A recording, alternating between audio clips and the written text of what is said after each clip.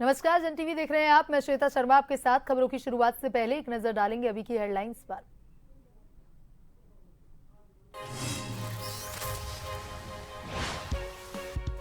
एक राष्ट्र एक चुनाव को लेकर हुई बैठक। रुड़की में राज्य मंत्री रमेश गड़िया और मेयर रही मौजूद।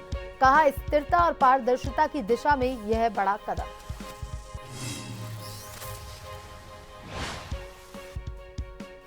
चारधाम यात्रा की तैयारियों में जुटा प्रशासन। श्रद्धालुओं के वाहन के लिए ग्रीन कार्ड बनाने की प्रक्रिया शुरू। सभी चेक पोस्ट होंगे संचालित।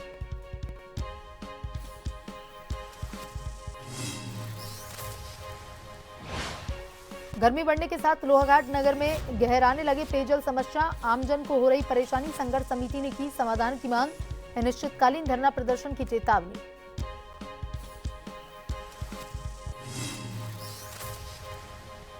उत्तराखंड विद्यालय शिक्षा परिषद का रिजल्ट घोषित। टॉपर्स ने कड़ी मेहनत से अर्जित किया स्थान। बागेश्वर के 21 छात्र छात्रा मेरिट सूची में शामिल।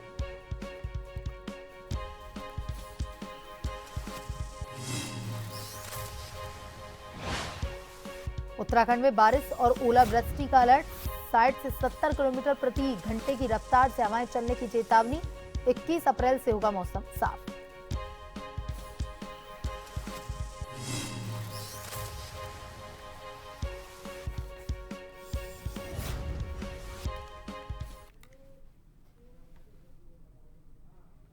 और अब खबरें विस्तार से। वहीं रुड़की में एक राष्ट्र एक चुनाव विषय पर केंद्रित एक अहम बैठक का आयोजन किया गया, जिसमें उत्तराखंड सरकार में राज्य मंत्री रमेश गड़िया एवं रुड़की नगर निगम मेयर अनीता देवी अग्रवाल मुख्य अतिथि के रूप में मौजूद रहीं। रुड़की के नगर निगम सभागार में आयोजित कार्यक्रम की अध्यक्षता भाजपा ओबीसी मोर्चे के प्रदेश अध्यक्ष राकेश गिरी ने की। मुख्य अतिथि राज्य मंत्री रमेश ने कहा कि एक राष्ट्र एक चुनाव का विचार देश को स्थिरता पारदर्शिता देने की दिशा में एक बड़ा कदम है। उन्होंने कहा कि बार बार चुनाव होने से न केवल राजकोष पर भार पड़ता है, बल्कि विकास कार्यों में भी बाधा आती है। अगर देश में लोकसभा और विधानसभा चुनाव एक साथ कराए जाएं, तो न केवल समय और धन की बचत होगी, बल्कि प्रशासनिक कार्यों में भी निरंतरता बनी रहेगी। वरिष्ठ भाजपा नेता ललित मोहन अग्रवाल ने कहा कि प्रधानमंत्री नरेंद्र मोदी की यह दूरदर्शी पहल देश को एक नई दिशा देने वाली है।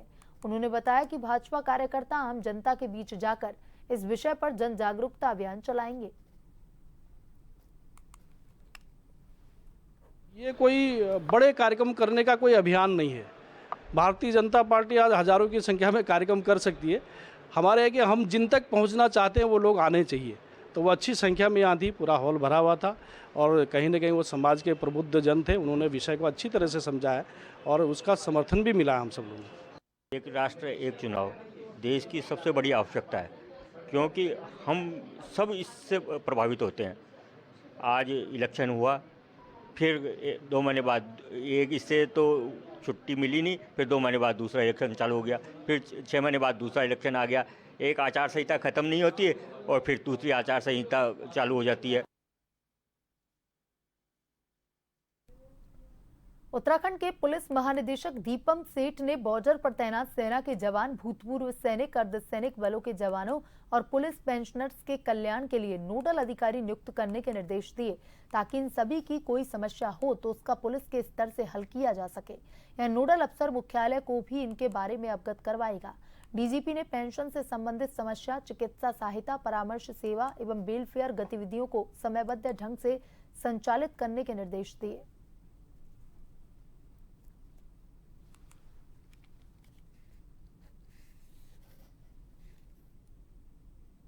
हाँ, बहुत अधिक संख्या में हर परिवार से कोई ना कोई नाता जिसका जुड़ा रहता है, सेना से, अर्धसैनिक बलों से, पुलिस से, और इनमें से कई जवान अपने परिवारों से दूर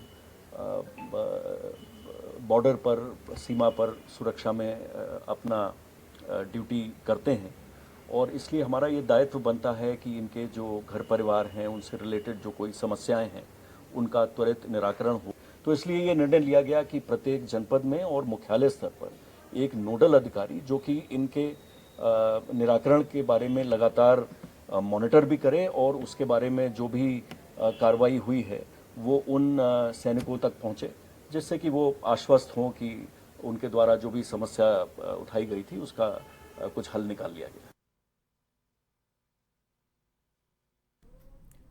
रामनगर में कांग्रेस कार्यालय में कांग्रेस पूर्व विधायक रणजीत सिंह रावत आरोप लगाते हुए कहा कि देश के प्रधानमंत्री नरेंद्र मोदी देश में स्मार्ट मीटर के नाम पर जनता से लूटकर अपने मित्र अडानी को फायदा पहुंचाने का काम कर रहे हैं। उन्होंने कहा कि भाजपा और प्रधानमंत्री को जनता इसका जवाब देगी और इस लूट को रोकने के लिए कांग्रेस सड़कों पर उतरेगी। उन्होंने कहा कि आज पूरे देश की आबादी 140 करोड़ है। यदि 35 करोड़ मीटर घरेलू देश में लगे तो अगर प्रति मीटर 10,000 रुपए की बचत होगी तो इससे अडानी को सीधे तौर पर 35 खरब का फायदा पहुंचेगा।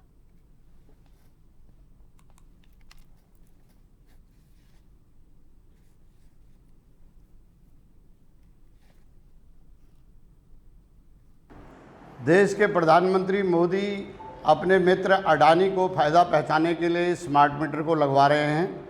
140 करोड़ की हमारी आबादी है, 4 लोगों का हम परिवार मानते हैं। अगर 35 करोड़ मीटर भी आप घरेलू मानते हैं, औरों को छोड़ दीजिए, व्यावसायिक को, वाणिज्यिक को, औद्योगिक मीटरों को छोड़ दीजिए और जो लोगों के पास 2-3 जगह घर है उनको भी छोड़ दीजिए। 35 करोड़ भी अगर उपभोक्ता हैं तो 10,000 भी एक मीटर पर अगर कमाएगा, 25,000 इसकी कीमत है जो भविष्य में जुड़ेगी। अभी तक सरकार अधिकारी ये नहीं बता रहे हैं कि इसकी कोई कीमत जुड़ेगी। निजकार को इतने हुए हैं तो बताएं ना, बयान दें कि इसका कोई पैसा नहीं लिया जाएगा। विश्व हिंदू परिषद और बजरंग दल खटीमा ने रणदीप पोखरिया प्रदेश सहमंत्री विश्व हिंदू परिषद के नेतृत्व में उप अधिकारी खटीमा के माध्यम से राष्ट्रपति भारत सरकार को ज्ञापन भेजा, जिसमें उनका कहना था कि वक्फ कानून के विरोध की आड़ में संपूर्ण बंगाल को जिस प्रकार हिंसा की आग में जलाया जा रहा है, हिंदुओं को प्रताड़ित किया जा रहा है, राष्ट्र विरोधी और हिंदू विरोधी तत्वों को निर्विरोध रूप से अपने षड्यंत्रों को क्रियान्वित करने की खुली छूट दी जा रही है, उससे स्पष्ट है कि बंगाल की स्थिति अत्यधिक चिंताजनक है। मुर्शिदाबाद से प्रारंभ हुई यह भीषण हिंसा अब संपूर्ण बंगाल में फैलती हुई दिखाई दे रही है।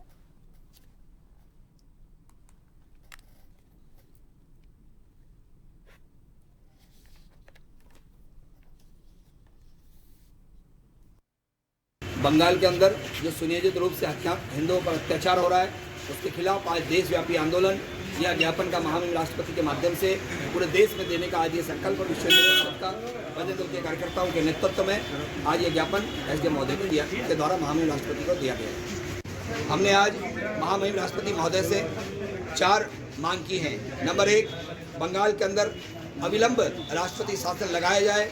नंबर 2, वहाँ पर हुए हिंदुओं के ऊपर अत्याचार की एनआईए द्वारा जांच करके दोषियों को तुरंत अविलंब दंडित किया जाए। नंबर 3, वहाँ की जो कानून व्यवस्था है उसे केंद्रीय सुरक्षा बलों के हाथों में दिया जाए। नंबर 4, जो रोहिंग्या और पाकिस्तानियों के अवैध रूप से आधार कार्ड और उनके जो पहचान पत्र बने हैं उनको पहचान करके उनको अविलंब भारत की सीमा से बाहर किया जाए। विश्व हिंदू परिषद के कार्यकर्ता मेरे पास आए थे, उनका ये ज्ञापन दिया है। उन्होंने कहा है कि जो मुर्शिदाबाद में पश्चिम बंगाल में जो वक्फ कानून नया बना था उसके विरोध में जो हिंदुओं के ऊपर जो अत्याचार है उसका विरोध वो जता रहे हैं। तो उनका जो ये ज्ञापन है मैं उस माध्यम से माननीय महामहिम राष्ट्रपति महोदय को पहुँचा।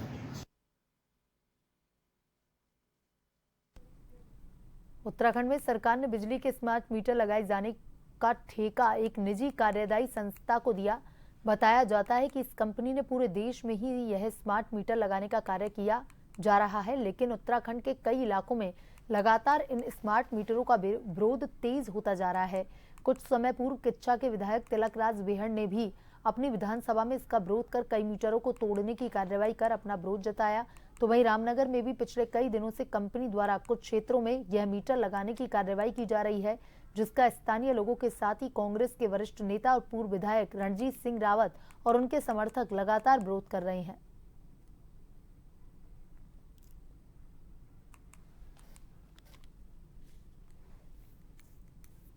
देखिए 17 तारीख को विद्युत विभाग के द्वारा स्मार्ट मीटर बदलने की एक कार्यदायी संस्था के द्वारा कार्रवाई की जा रही थी शिवलालपुर चुंगी पर। तब पूर्व विधायक रणजीत सिंह रावत अपने समर्थकों के साथ वहां पहुंचे और उन्होंने उसका विरोध किया। इस संबंध में जो है विद्युत विभाग के अवर अभियंता द्वारा जो है तहरीर दी गई है, उसमें संबंधित धाराओं में मुकदमा पंजीकृत किया गया है। सर कितने नामजद हैं इसमें और कितने अज्ञात हैं? अभी खाली पूर्व विधायक रंजीत रावत जी के नामजद किया गया है, बाकी अन्य जो उनके समर्थक हैं उनके खिलाफ जांच जारी है। गर्भवती महिलाओं की मृत्यु दर को कम करने के लिए राष्ट्रीय स्वास्थ्य मिशन उच्च जोखिम गर्भावस्था यानी कि हाई रिस्क प्रेगनेंसी को चिन्हित करने पर काम कर रहा है, जिसे लेकर देहरादून के सीएमओ डॉक्टर मनोज कुमार शर्मा ने कुछ समय पहले जिला स्तरीय बैठक ली। डॉक्टर मनोज कुमार शर्मा ने कहा कि हाई रिस्क प्रेगनेंसी की पहचान करने के लिए हमने सभी ब्लॉक अधिकारियों को निर्देश दिए हैं कि सभी एएनएम सेंटरों में ग्लूकोमीटर के साथ सभी जरूरी उपकरण और पेशाब की जांच की व्यवस्था रखें। साथ ही उन्होंने कहा कि हाई रिस्क प्रेगनेंसी के 10 मुख्य बिंदुओं को स्वास्थ्य केंद्र में जनता को दिखाने के निर्देश दिए गए हैं, जिससे सही समय पर गर्भवती महिलाओं का चेकअप हो पाएगा।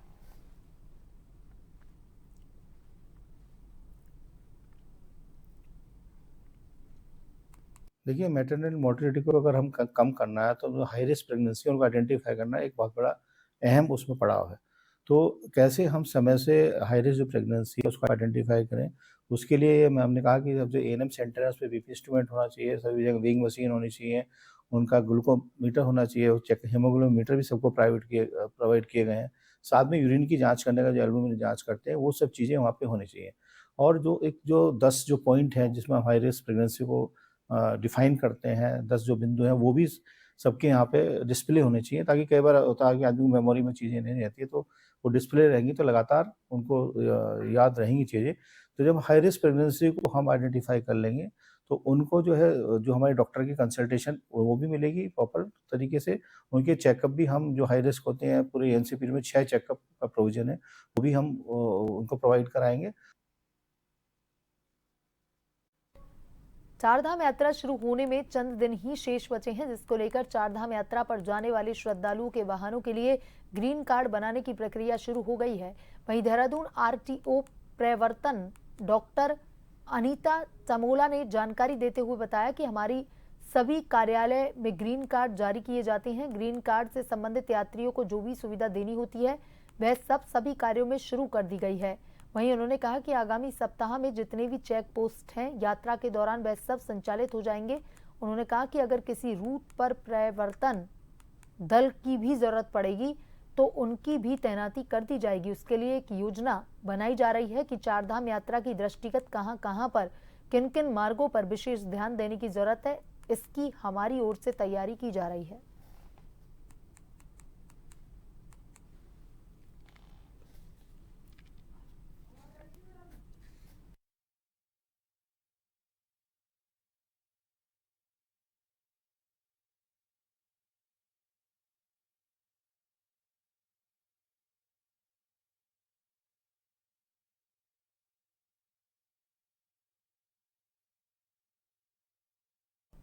उत्तराखंड के हल्द्वानी इलाके में 10वीं की छात्रा के साथ बलात्कार का मामला सामने आया। पुलिस ने यह जानकारी दी।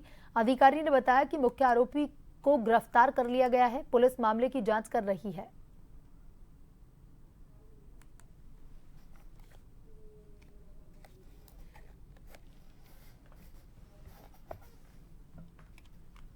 एक नाबालिग का पॉक्सो का मामला आया था, जिसमें गैंगरेप का भी पुष्टि हुई थी मुखानी थाना क्षेत्र में। तो उसमें वहीं के एक बैंक्वेट हॉल में ये चीज़ें थी।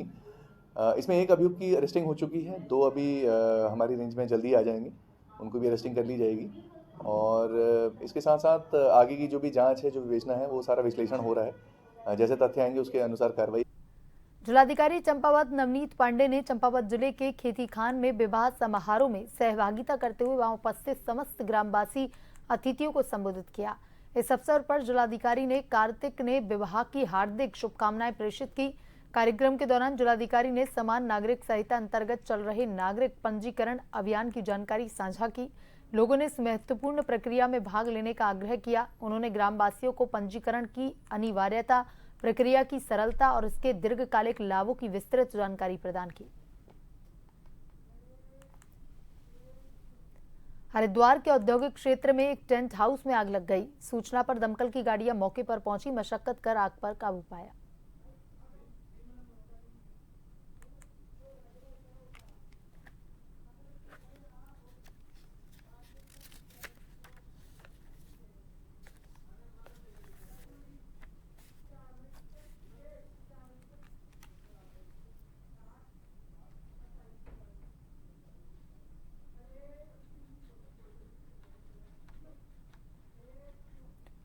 गर्मी बढ़ने के साथ साथ लोहाघाट नगर में पेयजल की समस्या दिनों दिन विकराल होती जा रही है, जिस कारण नगर की जनता काफी परेशान है। नगर के विकास, नगर की समस्याओं के समाधान के लिए गठित लोहाघाट विकास संघर्ष समिति अध्यक्ष विपिन गोरखा ने कहा, लोहाघाट नगर में पेयजल की समस्या बरसों से बनी हुई है। नगर की जनता लोहावती का दूषित पानी पीने को मजबूर है, लेकिन शासन प्रशासन के द्वारा पेयजल समस्या के समाधान के लिए कोई भी कार्रवाई नहीं की गई, जबकि समस्या सीएम से लेकर जिलाधिकारी तक के संज्ञान में है, पर उसके बावजूद समाधान नहीं किया जा रहा।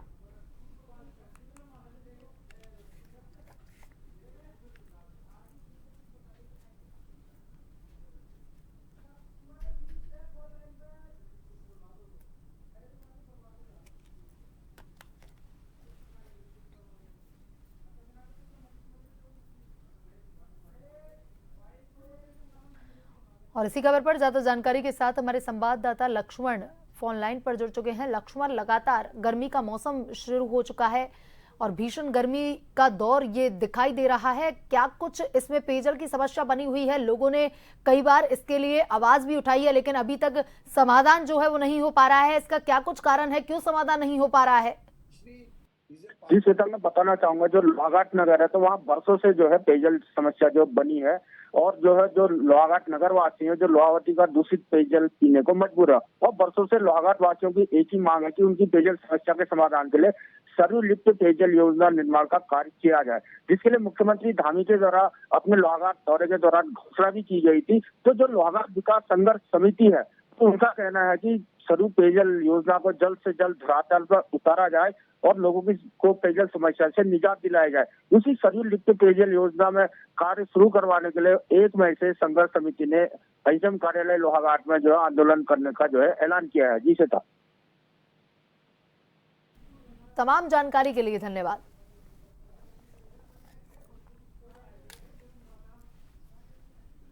की सूत्री मांग है कि हमारी जो पानी की समस्या है लोहाघाट की, वो समस्या सबसे बड़ी समस्या है और उसी का समाधान, और उसी जो हमारी जो सरयू लिफ्ट योजना है वो सबसे पहले हम चाहते हैं कि डीपीआर से अब मतलब ऊपर उठ के अब धरातल में जल्द से जल्द आए, ताकि लोगों को पता चल सके कि हाँ, हमें ये सरयू लिफ्ट का जो पानी है कब तक हमें यहाँ मिलेगा।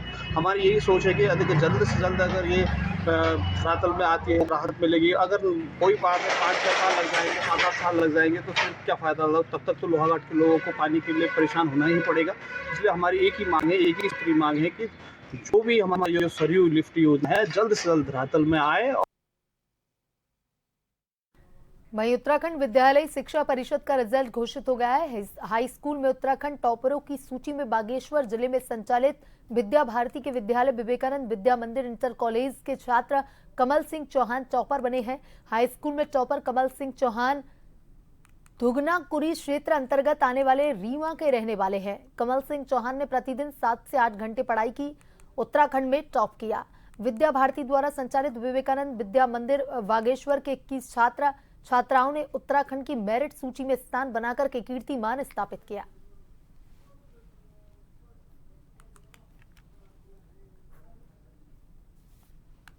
मेरा क्लास 10th बोर्ड रिजल्ट आया था, जिसमें मैंने 500 में से 496 नंबर अंक प्राप्त किए हैं, और इसका श्रेय मैं अपने टीचर्स, पेरेंट्स को देना चाहता हूँ। टीचर्स ने बहुत मेहनत की थी और मेरे पेरेंट्स मुझे भी पूरा सपोर्ट करते थे, और मेरा एम है मैं एनडीए क्लियर करना चाहता हूँ और ऑफिसर बनना चाहता हूँ, और मैं डेली 6 से 7 घंटे पढ़ाई करता था। गौरव का क्षण है कि इस विद्यालय से हाई स्कूल के छात्र कमल सिंह ने उत्तराखंड टॉप किया है और पहली पोजीशन बनाई है। हमारे इस वर्ष भी 21 छात्र छात्राओं ने उत्तराखंड की मेरिट सूची में स्थान प्राप्त किया है। यह गौरव का क्षण है और इसके लिए मैं अपना जो हमारे विद्यालय परिवार हैं, हमारे समर्पित आचार्य हैं, अभिभावक हैं, भैया बहन हैं, विद्यालय प्रबंध समिति है, उसको धन्यवाद दूंगा। उनका बड़ा सहयोग है। हमारे जो आचार्य अपने माइक्रो प्लानिंग करके अपना शिक्षण कार्य करते हैं, समर्पित भाव से पढ़ाते हैं और उसी समर्पित भाव का परिणाम है कि आज उत्तराखंड में हमारे 21 छात्र छात्राओं ने वरीयता सूची में स्थान प्राप्त किया है।